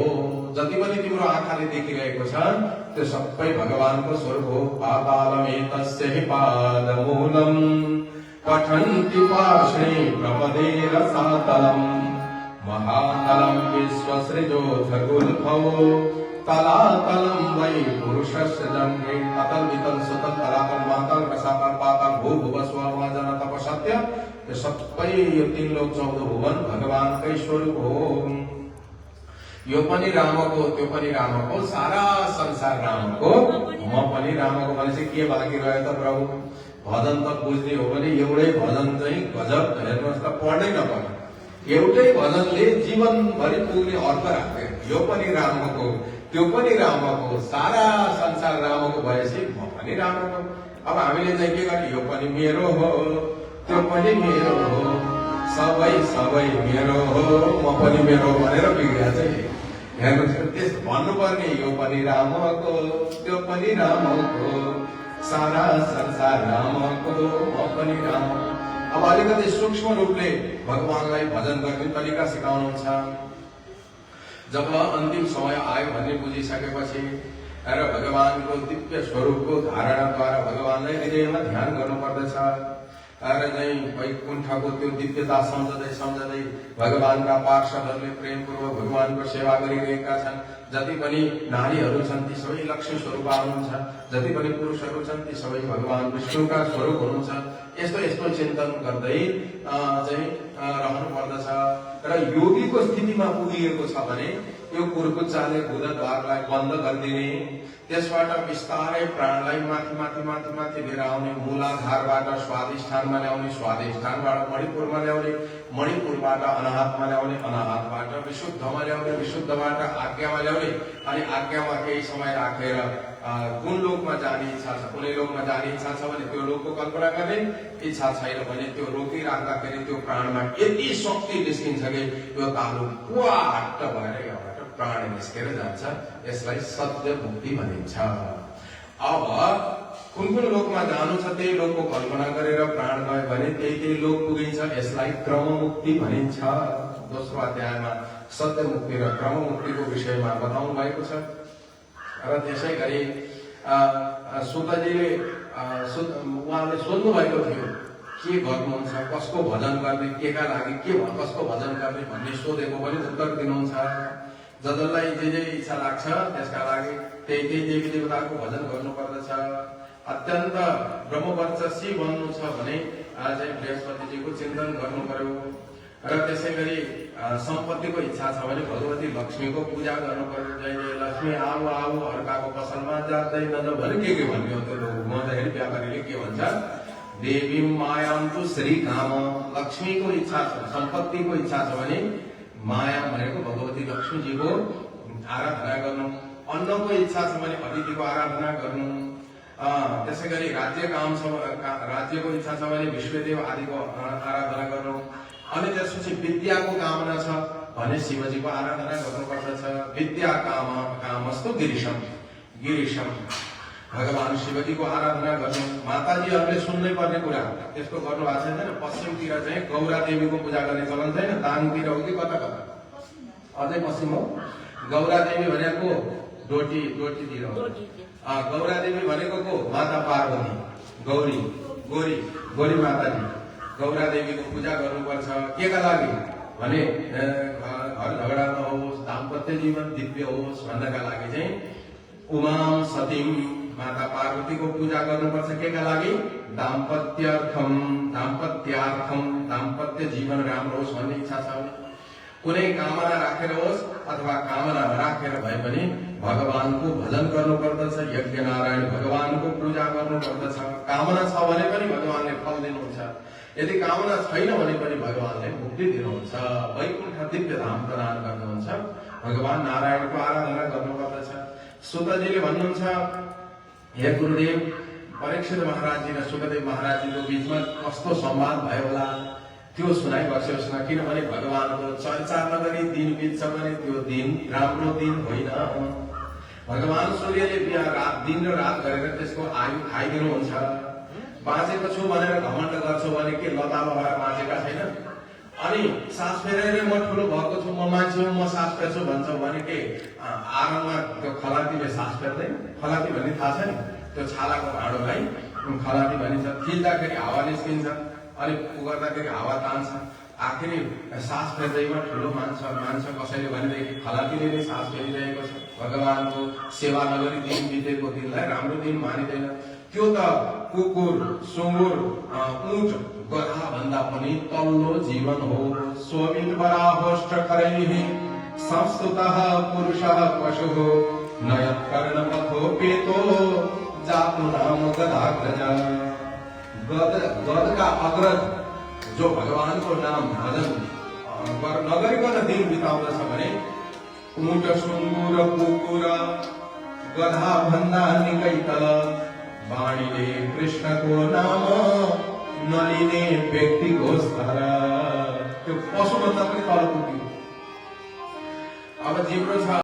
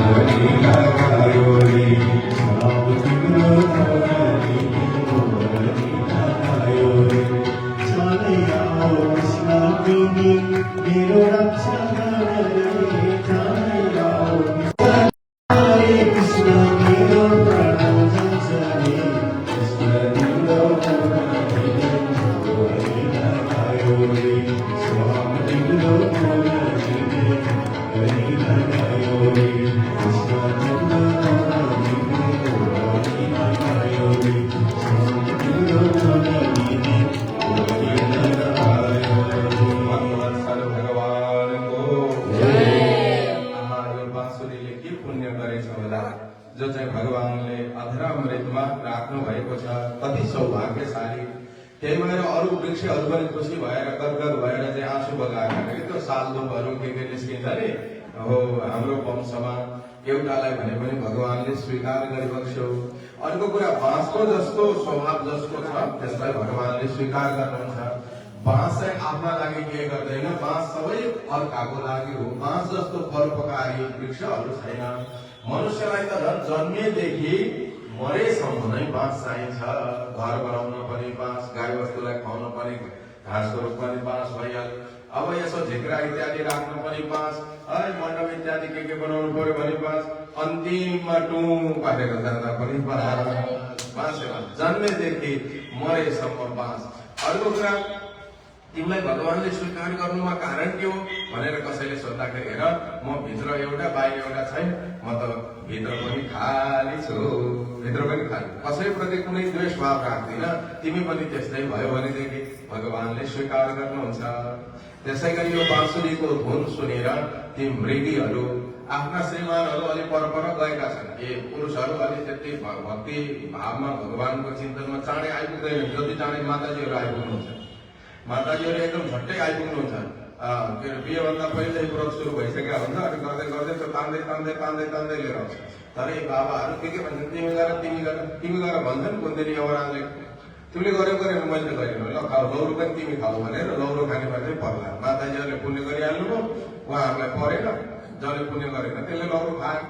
र त्यस कारणले गर्दा अलि परपर गएका बाँसुरी धुन सुन्न चाहिँ मन लागेको, त्यो भक्ति भजन चाहिँ मन त लाग्ने, तर हामीले गर्ने होइन, यो त गृहिणीहरूले गर्ने हो, धर्मपत्नीहरूले गर्ने हो भन्ने जस्तो भाव राखेर परपर सरेकाहरूलाई बोलाइ आइपुग्छस् न, कति मिठो छ फलानुको कथा भन्यो, भजन भन्यो होइन, अनि फलानु ठाउँ भन्दै भन्दै फकाइ ल्याए जस्तै उनीहरूले पनि ती मृगीहरूले मृगलाई फकाइ ल्याएर सँगै बसेर, किन भन्दा गृहस्थ जीवनमा पत्नी छुट्टै हिँड्ने, पति छुट्टै हिँड्ने, त्यो खाले काम राम्रो हुँदैन। छुट्टै हिँडे पनि भाव चाहिँ एउटै हुनुपर्छ, हामी एक हौँ भन्ने भाव भइराख्नुपर्छ।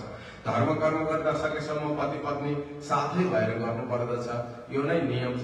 त्यसकारण उहाँले पतिदेवलाई निवेदन गरेर ल्याएर पनि भगवानको त्यो दिव्य सुन्दर बाँसुरी सुनाउनु भयो। नदीहरू पनि खुसी भएर त्यो बाँसुरीको धुन सुनेर मानव नाचेको जस्तो छालको रूपमा भगवानलाई कमलको फुल ल्याएर छेउछेउमा तीरमा ल्याएर मानव भगवानको लाई फुल चढाइरहेका छन्। त्यसै गरी चराहरू पनि माने हाँगामा बसेका छन्, एक तान भएर सुनेका छन्। यो त बाँसुरीको धुन सुन्दा कस्तो स्थिति भयो भने अचर चर भयो, चर अचर भयो। जस्तै पत्थरहरू त्यो बाँसुरीको धुनले पग्लेर तल तल झर्न थाले, माने हिँड्न थाले।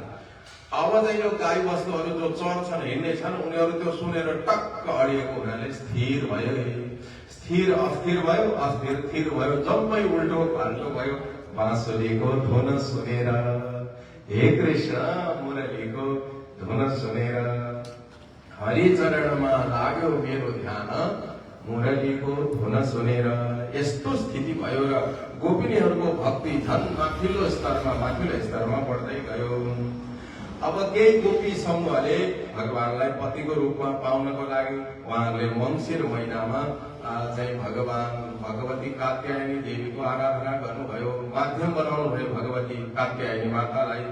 कात्यायनी महामाये महायोगीश्वरी नंद गोप सुतम देवी पतिं मे गुरुते नमः।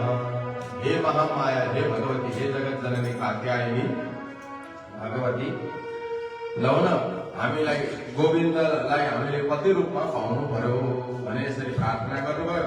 व्रत सकेन लागेको थियो, उहाँहरूको स्नान चाहिँ बिग्रिएको रहेछ। स्नान गर्दा गंगाजीमा अन्यत्र कतै भने निर्वस्त्र भएर स्नान गर्नु हुँदैन, शरीरमा वस्त्र हुनुपर्छ। त्यसकारणले गर्दा निर्वस्त्र भएर स्नान गरेकोमा देवताहरूको पनि अपमान भयो। अनि त्यसपछि यमुना मैयाको पनि अपमान भयो। सबैको अपमान भएको हुनाले यिनीहरू अलिकति शिक्षा पनि दिनु पर्यो, आशीर्वाद पनि दिनु पर्यो भनेर भगवानले थाहा नपाउने गरी गोपिनीहरूको सबै साडी बोकेर चाहिँ कदमको वृक्षमा राखिदिनु भएछ। अहिले पण्डालाई रमाइलो भएको छ, देखो उहाँ साडी पैसाको भन्नलाई चाहिँ पण्डालाई खुब रमाइलो भएको छ, त्यहाँ साडी ढुङ्ग्याएर राखेको छ। अनि त्यसपछि उनीहरूको अलिअलि पैसा उठाउनलाई सजिलो भएको छ। र त्यसकारण त्यहाँ गएर साडी राखिदिनु भयो। भगवानले प्रेमसित बाँसुरी बजाउनु भयो। गोपिनीहरू ल छिटो वस्त्र लगाउँ भनेर आएको वस्त्र छैन, जय सियाराम। त्यसपछि फेरि दौडेर पानीमा प्रवेश गरे। जहाँबाट बाँसुरीको धुन आएको जल चाहिँ घाँटी हुने गरी हिँड्दै सर्दै के यहाँ यो चक्रतीर्थ घुमेको जस्तो बिस्तारै सर्दै उतै भगवान गोविन्द भएको ठाउँमा गएर, गोविन्द हाम्रो साडी दिवस हामीलाई जाड भयो, मङ्सिर महिना यस्तो चिसो, हामीलाई जाड भयो भन्दा भगवानले पनि लैजाऊ, साडी लैजाऊ, चाहिएको छ भने लैजाऊ, तिम्रो कहाँ लान सक्छौँ हामी लिन आउन सक्दैनौँ, हामीले यहीँ छेउमा ल्याइदिनु पर्यो भनेर भनेपछि अघि चाहिँ त साडी नभएर नआउनु गयो त तिम्रो। त्यही भएर भारतमा वस्त्रै लगाएर नआउने चलन छ, त्यही डरले होला। गोविन्द आएर साडी चाहिँ सियाराम पारिदिने भनेर अहिले चाहिँ साडी नै लगाएर वस्त्रै लगाएर यहाँ आउँछ। सबै लुगै लगाएको त्यस कारणले गर्दा होइन गोविन्द हाम्रो साडी दिवस हामीलाई जाडो भइसक्यो हाम्रो शरीर काँपिसक्यो ल ठिक छ आएर लिएर जाऊ हुँदैन हामीलाई लाज लाग्छ अब जेसुकै गरी आएर लिएर जाऊ मैले भनेको मान्छे भने आएर लिएर जाऊ भन्दा यसो विचार गरेँ यसो त म यहाँलाई भनिदिन्छौँ भनेपछि अलिक काम बन्छ कि दिदी बहिनीको के हो तिमीहरूको राय भनेर बिस्तारै खासा खासा गरे के कुरा गर्दैछ भनेर केही होइन हाम्रो आफ्नै आफ्नै कुरा भनेर अनि एउटैले भने भनौँ न यसो त म यहाँलाई भनिदिन्छु भनेपछि त साडी पाइएला नि त भनेर भनिहेरौँ न एकचोटि प्रयास गरौँ प्रयास गर्दा पाइएछ भने राम्रै हो भनेपछि गोविन्द हजुरले साडी दिएको छैन भने त हामीले यसो त म यहाँलाई गएर भनिदिन्छौँ भगवान्ले मुसुक्क हाँसेर भनेर जाऊ न त भन त्यो भन्नु पनि साडी चाहियो नि त साडी नभए त हामी कहाँ हिँड्न सक्छौँ त्यो भन्नु त्यो पनि काम लागेन त्यसपछि उनीहरूले जाडो भयो भगवान्ले ल आएर साडी लैजाऊ भनेपछि उनीहरूले आएर साडी लगे र भगवान्ले सम्झाउनु भयो तिमीहरूले गल्ती गर्यौ यमुना मैयाप्रति अपमान भाव राख्यो अपमान यमुना मैयालाई अपमान गर्यौ वरुण देवलाई अपमान गर्यौ ईश्वरलाई अपमान गर्यौ त्यस कारणले गर्दा तिमीहरूले फल त पाउनु नै थियो व्रत गरेपछि फल पाइन्छ तर यस्तो चाहिँ त्यो पूजामा तिमीहरूले नियम मिच्यौ नियम मिच्नु हुँदैन भनेर सिकाइ बस्यो र उनीहरूले वस्त्र लगाए यसको अलिकति भित्री तात्पर्य बुझ्नु है भित्री तात्पर्य के हो भनेदेखि वासना वस्त्र भनेको वासना हो जबसम्म म स्त्री हुँ म पुरुष हुँ भन्ने वासना रहन्छ तबसम्म स्त्री पुरुषले रहित भएको र अरूभन्दा पनि रहित भएको अद्वितीय परमात्माको दर्शन हुँदैन जब स्त्री भावबाट माथि उठ्छ पुरुष भावबाट माथि उठ्छ उही नै ज्ञानको अधिकारी हुन्छ अथवा भगवानसित रासलीला उसैले नै रचाउन सक्छ त्यस कारणले गर्दा त्यो स्त्री भाव पुरुष भाव भन्ने भावबाट माथि उठेको उच्च कोटिको भक्त नै गोपी हो प्रत्येक इन्द्रियद्वारा भगवानको भक्ति रस पान गर्ने जीव नै गोपी हो गोभिः इन्द्रियैः भक्ति रसम पिबतीति गोपी प्रत्येक इन्द्रियले भगवानको सेवा गर्ने भावमा पुगेको स्थितिमा पुगेको जीव नै गोपी हो त्यसकारण वस्त्र चोर्नु भनेको म स्त्री हुँ म पुरुष हुँ भन्ने भावबाट माथि उठाउनु भएको हो यसको तात्पर्य विद्वानहरूले यसरी नै गर्नुभएको छ किन भन्दा विद्वानहरूले जे सिकाउनु भएको छ हामीले त्यही नै अनुभव गर्दै अगाडि बढ्दै जानु हो र यसरी भगवानले गोपिनीहरूलाई आशीर्वाद दिनुभयो त्यसै गरी एक दिन जङ्गलमा गएको सबैले भोक लाग्यो भने अलि पर यज्ञ भइरहेको रहेछ त्यो यज्ञ स्थलमा गएर भोजन मागेर ल्याउन न हामी खाउँ अब उनीहरू गए ब्राह्मणसित मागे ब्राह्मणले त गाली गरेर पठाउने एक बालबाल हो तिमीहरू यहाँ आउने हो तिमीहरूलाई कसले दिन्छ प्रसाद भनेर गाली गरेर पठाएपछि गोविन्द भएको ठाउँमा आएर भन्छन् हे भगवान हामी त प्रसाद माग्न गएको त्यहाँका ब्राह्मणले हामीलाई लखटे दिएन त्यसपछि भगवानले भन्नुभयो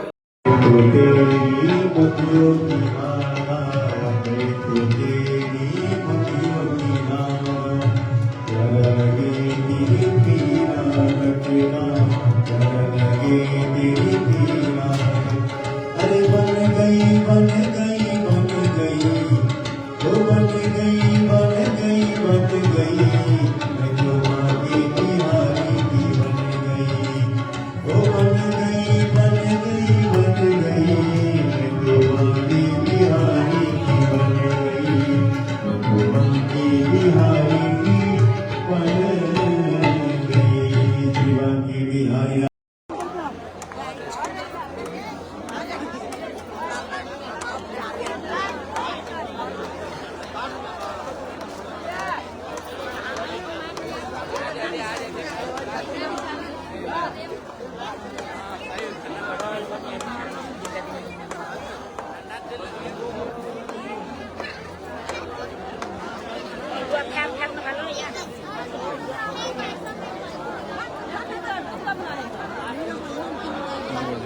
सायद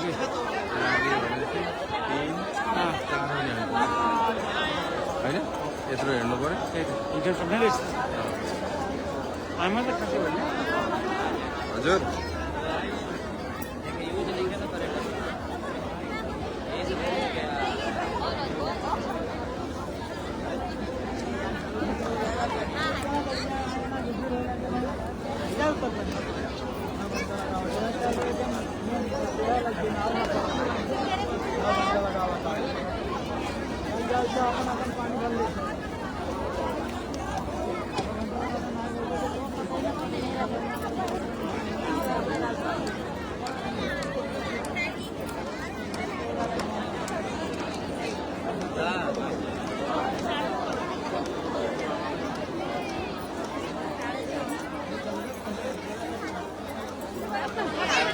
र यताबाट सिधै उता जाने सिधै त्यो गोली जस्तो आउने यताबाट उता जाने त्यहीबाट गोली जाने सिधै उता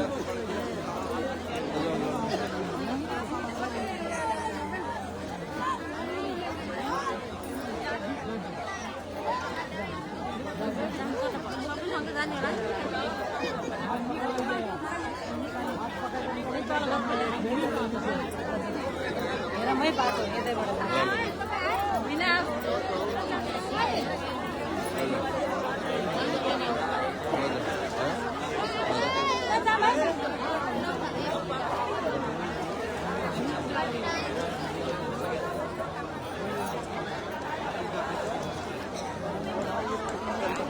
सँगै जाने है कता गएको सँग त्यही सँगै जाने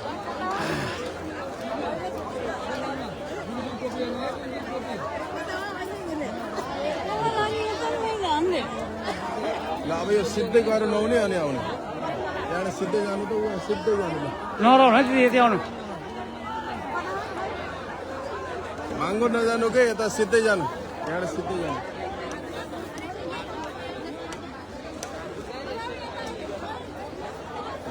जाउँदैछ सिधै यहीँ हुनुहुन्छ